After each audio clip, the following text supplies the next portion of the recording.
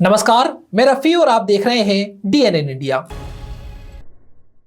अजमेर संभाग के सबसे बड़े सम्राट पृथ्वीराज चौहान राजकीय महाविद्यालय के प्राचार्य मनोज कुमार बेहरवाल द्वारा 2 दिन पूर्व पाकिस्तान को बड़ा भाई बताने वाले कथित विवादित बयान को लेकर मंगलवार को अजमेर में जबरदस्त विरोध प्रदर्शन हुआ। युवा कांग्रेस व एनएसयूआई से जुड़े कार्यकर्ताओं ने महाविद्यालय के मुख्य द्वार पर एकत्र होकर प्राचार्य के खिलाफ नारेबाजी की और उनके इस्तीफे की मांग की। अजमेर संभाग के सबसे बड़े सम्राट पृथ्वीराज चौहान राजकीय महाविद्यालय के प्राचार्य मनोज कुमार बेहरवाल द्वारा 2 दिन पूर्व पाकिस्तान को बड़ा भाई बताने वाले कथित विवादित बयान को लेकर मंगलवार को अजमेर में जबरदस्त विरोध प्रदर्शन हुआ। युवा कांग्रेस व एनएसयूआई से जुड़े कार्यकर्ताओं ने महाविद्यालय के मुख्य द्वार पर एकत्रित होकर प्राचार्य के खिलाफ नारेबाजी की और उनके इस्तीफे की मांग की। प्रदर्शन के दौरान कार्यकर्ताओं ने प्राचार्य का पुतला बनाकर उसे फांसी पर लटकाया और बाद में आग के हवाले कर दिया। आक्रोशित कार्यकर्ताओं का कहना था कि एक शैक्षणिक संस्थान के प्रमुख द्वारा इस प्रकार का बयान देश की भावनाओं को आहत करने वाला है और राष्ट्रहित के विपरीत है। उन्होंने आरोप लगाया कि ऐसे व्यक्ति को प्राचार्य पद पर बने रहने का कोई अधिकार नहीं है। युवा कांग्रेस व एनएसयूआई नेताओं ने कहा कि जिस प्राचार्य की विचारधारा पाकिस्तान को लेकर इस तरह की है, उसे तुरंत प्रभाव से पद से हटाया जाना चाहिए। उन्होंने सरकार से मांग की है कि मामले की निष्पक्ष जांच कर कड़ी कार्यवाही की जाए। प्रदर्शनकारियों ने यह भी कहा कि यह बयान छात्रों में गलत संदेश फैलाने वाला है और इससे शिक्षण संस्थानों की गरिमा पर प्रश्न चिन्ह लगता है। प्रदर्शन को देखते हुए महाविद्यालय परिसर और आसपास के क्षेत्र में भारी पुलिस बल तैनात किया गया।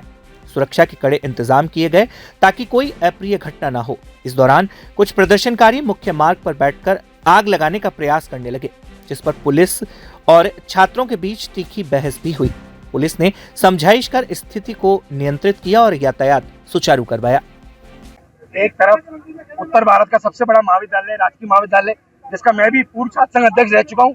एक तरफ जो कॉलेज का प्रिंसिपल है, इतने बड़े पद पे प्रिंसिपल है, जिसको अपने पद की गरिमा नहीं पता, और वही प्रिंसिपल आज बहुत बड़े कॉन्फ्रेंस के अंदर ये बयान देते हैं कि जो पाकिस्तान है वो हमारा बड़ा भाई है। तो आज यूथ कांग्रेस ने उसी आरएसएस के प्रिंसिपल पे, उसी बीजेपी की सरकार के अंदर जिस प्रिंसिपल को इस गद्दी पे बिठाया है, उस प्राचार्य का विरोध दर्ज करा है। और यूथ कांग्रेस ये मांग करती है जो 12,000 विद्यार्थियों का भविष्य, गवर्नमेंट कॉलेज का जो भविष्य है 12,000 विद्यार्थियों का, उनको क्या दिशा निर्देश मिलेगी, उनको क्या नॉलेज मिलेगी जब उन्हीं का कॉलेज का प्रिंसिपल ओपन भाषण में मीडिया के अंदर ये बोलता है कि पाकिस्तान जो है उसके लिए हमने गीत गाए गए थे, पाकिस्तान को हमने गुट्टी पिलाई और पाकिस्तान हमारा बड़ा भाई है। तो उसी बयान को लेके आज यूथ कांग्रेस ने और सभी गवर्नमेंट कॉलेज के पूर्व पदाधिकारी, पूर्व अध्यक्ष, पूर्व गवर्नमेंट कॉलेज के छात्र है, एनएसयूआई है, सबने मिलकर आज यहाँ पे विरोध प्रदर्शन करा।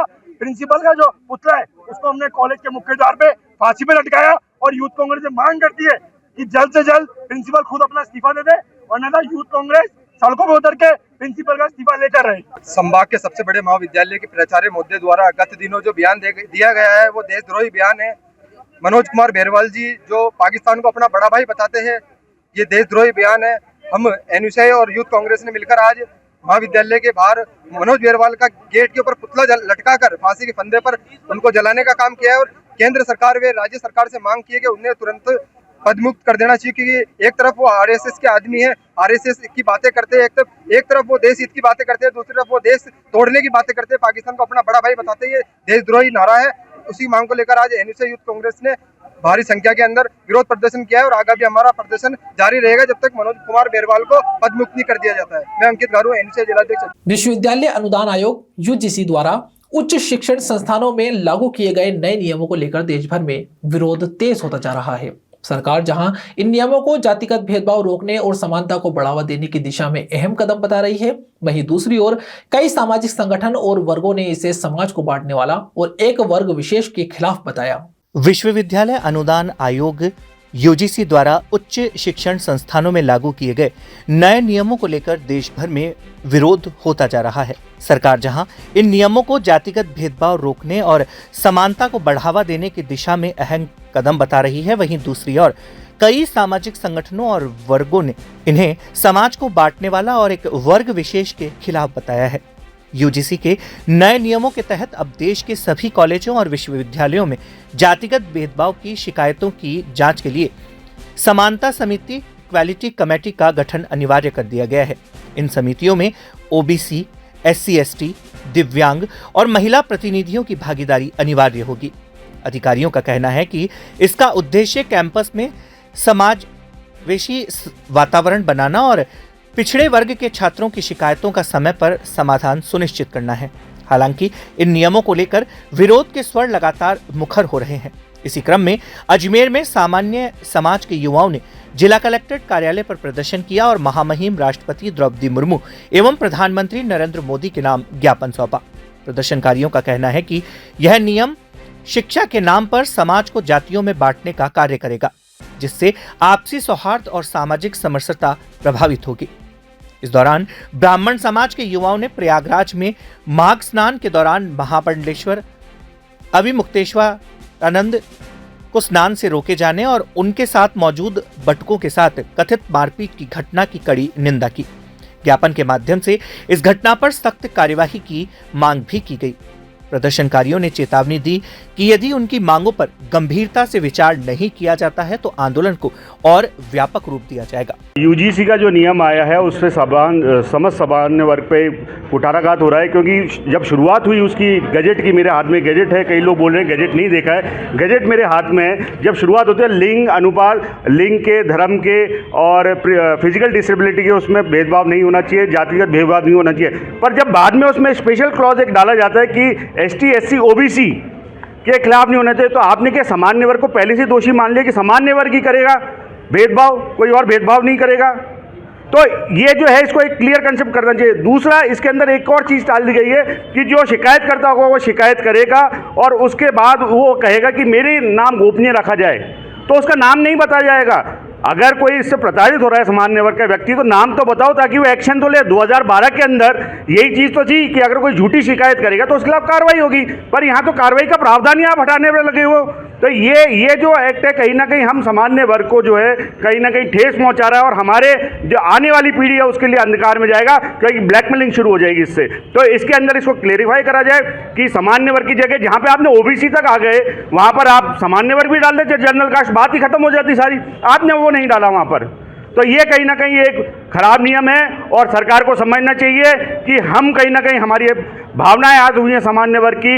और दूसरी बात है, हमारी आने वाली जो पीढ़ी है उसको हम क्या बोलेंगे, उनके साथ ब्लैकमेलिंग शुरू हो जाएगी इसकी आड़ लेकर। कोई चुनाव लड़ना चाहता है, कोई बेचारा अच्छा पढ़ाकू लड़का है, उसके खिलाफ आप कंप्लेन कर दोगे और कंप्लेन करने के बाद कोई एक्शन नहीं होगा और एक्शन हो भी गया तो ये नहीं बताया जाएगा किसने करी थी। तो डर तो खत्म ही कर रहे हो आप दूसरे समाज में।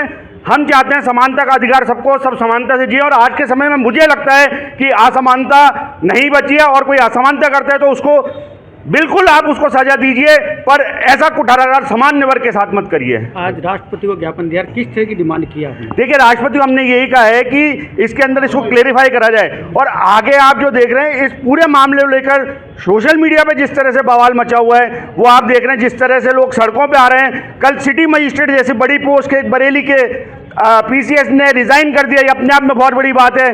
कई लोग इसके समर्थन में आ रहे हैं, तो हमारे बच्चों का भविष्य बताना पड़ेगा और हमें हमारे बच्चों की भविष्य लड़ाई लड़नी पड़ेगी। बैंक कर्मचारियों की लंबे समय से चली आ रही 5 दिवसीय कार्य सप्ताह की मांग पूरी नहीं होने के विरोध में आज देश भर में बैंक कर्मी हड़ताल पर रहे। इसी क्रम में अजमेर शहर में भी बैंक कर्मचारियों ने कचहरी रोड स्थित पंजाब नेशनल बैंक के बाहर एकत्र होकर सरकार के खिलाफ प्रदर्शन किया और अपनी मांगों को शीघ्र पूरा करने की अपील की। बैंक कर्मचारियों की लंबे समय से चली आ रही 5 दिवसीय कार्य सप्ताह की मांग पूरी नहीं होने के विरोध में आज देश भर में बैंक कर्मी हड़ताल पर हैं। इसी क्रम में अजमेर शहर में भी बैंक कर्मचारियों ने कचहरी रोड स्थित पंजाब नेशनल बैंक के बाहर एकत्र होकर सरकार के खिलाफ प्रदर्शन किया और अपनी मांगों को शीघ्र पूरा करने की अपील की। प्रदर्शन के दौरान बैंक कर्मचारियों ने नारेबाजी करते हुए लंबे समय से सरकार और प्रशासन के साथ वार्ता करने की बात को दोहराया, लेकिन अब तक किसी भी तरह का कोई ठोस निष्कर्ष सामने नहीं आया है। इससे कर्मचारियों में भारी रोष व्याप्त है। अजमेर के बैंक कर्मचारी संगठन के कन्वीनर मिथिलेश कुमार ने बताया कि बैंक कर्मचारी लगातार 5 दिवसीय कार्य योजना को लागू करने की मांग कर रहे हैं, जिससे कार्य संतुलन और कर्मचारियों के मानसिक व शारीरिक स्वास्थ्य में सुधार हो सके।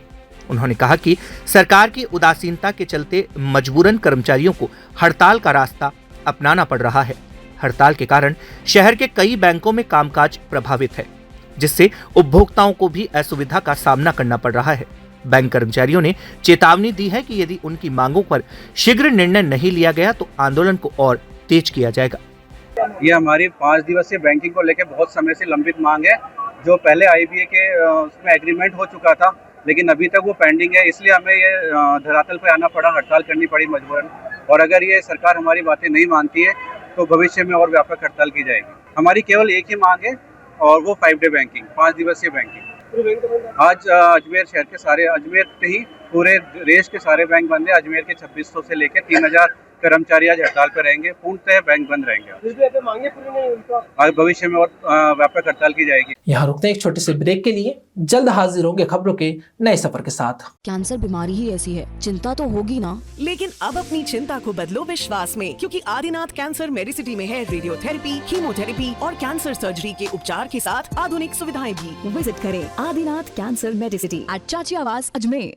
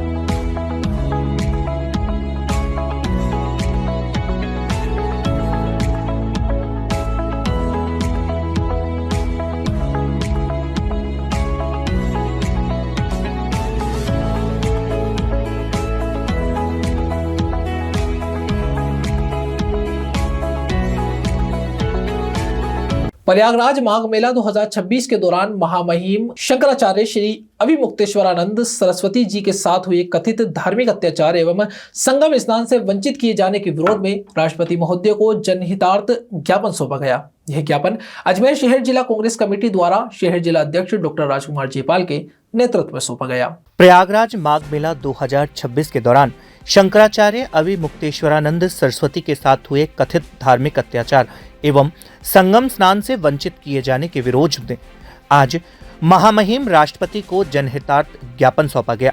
यह ज्ञापन अजमेर शहर जिला कांग्रेस कमेटी द्वारा शहर जिला अध्यक्ष डॉक्टर राजकुमार जयपाल के नेतृत्व में सौंपा गया। ज्ञापन में बताया गया कि मौनी अमावस्या 18 जनवरी एवं बसंत पंचमी 23 जनवरी को संगम स्नान के दौरान शंकराचार्य, उनके शिष्यों एवं संत समाज के साथ प्रशासनिक बलों द्वारा कथित रूप से अभद्र व्यवहार, धक्का मुक्की एवं लाठीचार्ज किया गया, जिससे उन्हें पवित्र स्नान से वंचित होना पड़ा। इसे धार्मिक स्वतंत्रता पर आघात बताते हुए घटना की निंदा की गई। वर्तमान में शंकराचार्य प्रयाग में शांतिपूर्ण धरने पर विराजमान है। ज्ञापन के माध्यम से महामहिम राष्ट्रपति महोदया से धरने का सम्मानपूर्वक समाधान, शंकराचार्य जी व संत समाज को संगम स्नान कराए जाने तथा भविष्य में ऐसी घटनाओं की पुनरावृत्ति रोकने हेतु आवश्यक दिशा निर्देश जारी करने की मांग की गई।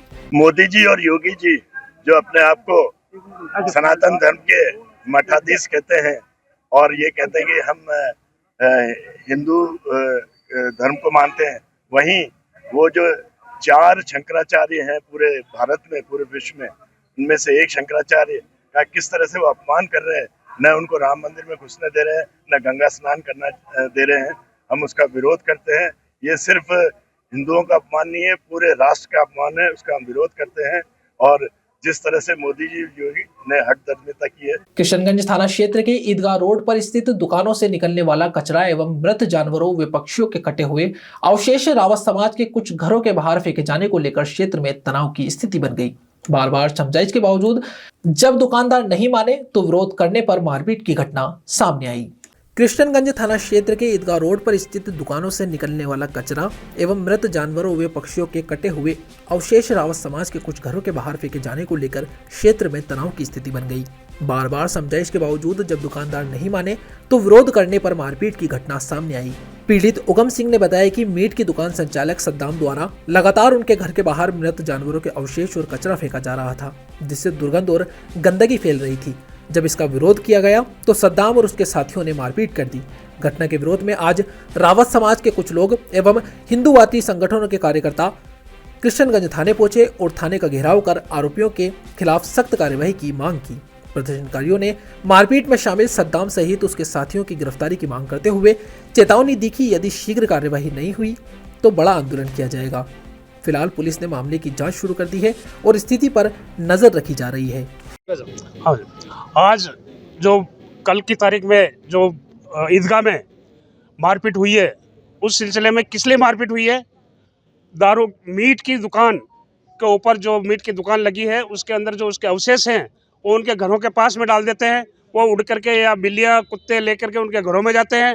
तो उनको रोकने के लिए उनको जो डाल रहे थे मीट के दुकान वाले और उनके साथ में 10-12 लोग और थे, उनको डालने के लिए मना किया। तो रात को जाकर के 10-20 लोग आकर के उनके घर में हमला किया। और हमले का कारण क्या था? वो मीट की दुकानें। तो मीट की दुकानों को बंद करवाने के लिए पूरा समाज, हिंदू समाज, रावत समाज के साथ हम हिंदू समाज हैं, पहले हिंदू हैं, तो यहाँ आए। तो हमारे कमिश्नर साहब बहुत बड़े हैं, जो हमारे अजमेर जिले के कलेक्टर साहब से भी बड़े हैं, वो तो नीचे नहीं आ सकते। वो बैठा किस लिए? नगर निगम में है। नगर निगम में किसके लिए बैठा है? हम आम जनता के लिए। किस चीज को लेकर आज विरोध किया क्या? हम यहाँ पर आए हैं, हमारे क्षेत्र में अवैध जो दुकानें मीट की खुली है और हमारे जो क्षेत्र में जो मीट की दुकानें खुली है वो मीट का रात को जो कटिंग बचती है, जो भी गंदे अवशेष है, वो 100 मीटर दूर आके नाले में फेंकना परिवारों के घर के सामने। अब कोई कुत्ता है जो नगर निगम के टेरिटरी में आता है, हम इसलिए आए हैं कि वो कुत्ता उठा के हमारे घरों में ले जाता है, परिवारों में। हम मोहल्ले के पीड़ित, हमको राजनीतिक संगठन के नहीं है, हम एक मोहल्ले के लोग हैं। और वो जो मीट वाले बेचने वाले वो है, उसके बाद वो 20 जने आए थे, जिसकी हमने शिकायत SHO अरविंद जी को दी है। उन्होंने आश्वासन भी दिया है। पर हम निगम इसलिए आए हैं कि अवैध लाइसेंस जो दुकानें हैं उनके लाइसेंस चेक नहीं होते हैं। इनका कचरा कैसे डंपिंग यार्ड में जाता है कि नहीं जाता है, कि वो निगम की गाड़ियाँ उठाती है, इसकी कोई खबर नहीं है। यहाँ का जो डिपार्टमेंट का हेड है, जो इन सब का दिखता है, वो कहता है आप बताइए कितने अवैध है, हम बताएंगे। नगर निगम की इतनी बड़ी बिल्डिंग में बैठे और हम बताएंगे। हमको 20 से 25 मिनट इतने बुजुर्ग, इतने माताओं को बैठा के आधे घंटे तक इन्होंने आयुक्त ने इंतजार कराया। मजाल है आयुक्त तो नीचे आ गए हो, फिर भी हमको ज़बरदस्ती ऊपर जाना पड़ा, धक्का मुक्की करनी पड़ी। अब बड़ा अफसोस है, अजमेर स्मार्ट सिटी है, पर अगर ये पेट्रोल आपके माध्यम से चलता है तो ध्यान आएगा कि अजमेर स्मार्ट सिटी तो सिर्फ शहरीकरण से हुआ। यहाँ के आयुक्त साहब स्मार्ट नहीं हुए। स्मार्ट होते तो नीचे आते, एक एक व्यक्ति से पूछते। हम कोई मारने गुंडे छोड़ने गए, हम कोई गुंडे बदमाश नहीं है जी। हम हमारे घर बार को छोड़कर, काम धंधे को छोड़ के रोटी छोड़ी है। 2 बजे के बाद का टाइम होता है रोटी का, वो छोड़ी है। बुजुर्ग है, किसी की शुगर है, किसी का क्या है, तो भी क्यों बैठे? क्योंकि हम असुरक्षित महसूस करें। अजमेर के ईदगाह क्षेत्र में वहाँ का एक स्थानीय पार्षद क्या कहता है कि अगर तुम कार्रवाई करते हो तो ये सब और देखना क्या होता है, यानी हमको अब भय से रहना पड़ेगा क्या? हम माननीय विधायक जी को बताना चाहते हैं, हम कलेक्टर जी को बताना चाहते हैं कि आपके अजमेर में अब माहौल रहने जैसा आपने नहीं छोड़ा है। आयुक्त को बोलिए, अगर नहीं करता है, हमने जो टाइम दिए उसके बीच में वो आयुक्त साहब अपनी कार्रवाई नहीं करते तो अपना इस्तीफा दें, वरना हम वापस यहाँ आएंगे। और आप ये सोचते हो कि हिंदू सो गया है तो ये गलतफहमी निकाल देना, वापस कल जगेगा और वापस यहीं आएगा। हमारे जो समाज, रावत समाज के अध्यक्ष साहब आए, वो इसलिए आए कि उनकी बेटी है, छोटी छोटी बेटियों को क्या बोला, घर से उठा के ले जाएंगे। अरे बांग्लादेश है क्या? ये हिंदुस्तान है, हिंदुस्तान में राजस्थान है जो शूरवीरों की है, और अजमेर है महाराणा प्रताप की नगरी है। इसलिए गलतफहमी पाल रहे हो तो निकाल देना। ये प्रशासन पंगु हो चुका है। इनको ये था कि है ना पार्षद काल खत्म हो गया है। अरे राजस्थान में किसी राजनीतिक संगठन की, हिंदुस्तान में लोगों को जरूरत नहीं है। हम अपने आप, यहाँ पे कोई कांग्रेसी भी होगा, कोई बीजेपी का भी होगा, कोई कहीं का भी होगा, यहाँ पे सब एक पीड़ित लोग हैं जो क्षेत्र के। इतना मैं आपको माध्यम से बताना चाहता हूँ कि आयुक्त तो अच्छे। आदर्श नगर स्थित शिव मंदिर में कलियुग के देवता श्याम बाबा की प्राण प्रतिष्ठा महोत्सव का भव्य आयोजन 31 जनवरी एवं 1 फरवरी 2026 को किया जाएगा। समिति के अनुसार 31 जनवरी को आदर्श नगर उद्यान से 61 कलश व 61 निशान के साथ श्री श्याम बाबा की भव्य शोभा यात्रा निकाली जाएगी। अजमेर के आदर्श नगर स्थित शिव मंदिर में कलयुग के देवता बाबा श्याम की प्राण प्रतिष्ठा महोत्सव का भव्य आयोजन आगामी 31 जनवरी एवं 1 फरवरी 2026 को किया जाएगा। समिति के अनुसार 31 जनवरी को आदर्श नगर उद्यान से 61 कलश व 61 निशान के साथ बाबा श्याम की भव्य शोभा यात्रा निकाली जाएगी, जिसमें प्रसिद्ध भजन गायक घीसूलाल जिज्ञासु भजनों की प्रस्तुतियां देंगे। शोभा यात्रा विभिन्न मार्गों से होती हुई शिव मंदिर पहुंचेगी। 1 फरवरी को प्राण प्रतिष्ठा पूजन कार्यक्रम होगा। पूर्णाहुति व महाआरती के पश्चात प्रसिद्ध भजन गायक सुनील गोयल एवं उनकी टीम द्वारा भजन संध्या आयोजित की जाएगी। सभी श्रद्धालुओं के लिए प्रसादी की भी व्यवस्था रहेगी। कार्यक्रम की जानकारी समिति के सचिव सुनील कुमार गोयल के द्वारा दी गई। समिति ने समस्त धर्म प्रेमी श्रद्धालुओं से आमजन में सहभागी बनने का आग्रह किया है। इस शिव मंदिर परिसर में श्याम बाबा की प्राण प्रतिष्ठा का भव्य आयोजन किया जा रहा है। मंदिर में 1942 से स्थापित इसमें लगभग 60 प्रतिमाएं प्राण प्रतिष्ठित हैं, लेकिन कलयुग के इस देवता की सबको आवश्यकता थी। आज श्याम प्रेमी बढ़ते जा रहे हैं। हमने समिति से आग्रह किया यहाँ पर श्याम बाबा की प्राण प्रतिष्ठित की जाए। उनकी अनुमति से हमें आज्ञा मिली और 31 जनवरी और 1 फरवरी को बहुत ही भव्य एवं दिव्य आयोजन श्याम बाबा की प्राण प्रतिष्ठा का होने जा रहा है, जिसके अंतर्गत 31 जनवरी को प्रातः 10:15 बजे आदर्श नगर गार्डन से 61 कलश, 61 निशान एवं भव्य बाबा की शोभा यात्रा निकाली जाएगी, जिसमें हमारे प्रसिद्ध भजन गायक घीसूलाल जी जिज्ञासु भजन प्रस्तुति देते साथ चलेंगे। आदर्श नगर के विभिन्न मार्गों से होते हुए हम लगभग 12:15 बजे शिव मंदिर पहुंचेंगे। वहां पे बाबा की प्राण प्रतिष्ठा कार्यक्रम प्रारंभ होगा। अगले दिन 1 तारीख 1 फरवरी 2026 को प्रातः 9:15 बजे से हवन पूजन कार्यक्रम स्टार्ट होगा, जो कि लगभग 12:15 तक पूर्णावती से संपन्न होगा। बाबा की महाआरती होगी एवं सभी भक्तों के लिए प्रसादी की व्यवस्था की गई है। अजमेर के सभी श्याम भक्तों से अनुरोध है कि अधिक से अधिक संख्या में पधार कर बाबा के दर्शन करें एवं प्रसादी ग्रहण करें। खबरों के सफर में अभी सिर्फ इतना ही। फिर हाजिर होंगे खबरों के नए सफर के साथ। तब तक के लिए दीजिए इजाजत। नमस्कार।